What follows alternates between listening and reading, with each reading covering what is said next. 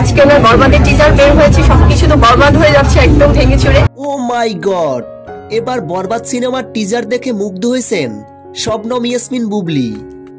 সম্প্রতি বরবাদের টিজার দেখে গণমাধ্যমে এসে একটি সাক্ষাৎকারে বুবলি বলেন, শাকিব খান বর্তমানে দেশের সবচেয়ে বড় মেগা স্টার।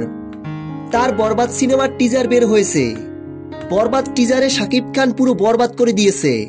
আমার পক্ষ থেকে বরবাদ টিমের জন্য অনেক অনেক শুভকামনা রইল। বিগত দিনে শাকিব খানকে দর্শকরা যেমন লুকে দেখতে চেয়েছিল, এবার পরিচালক মেহেদী হাসান হৃদয় বরবাদ সিনেমার মাধ্যমে শাকিব খানকে একদম সেই গেটআপে হাজির করেছেন।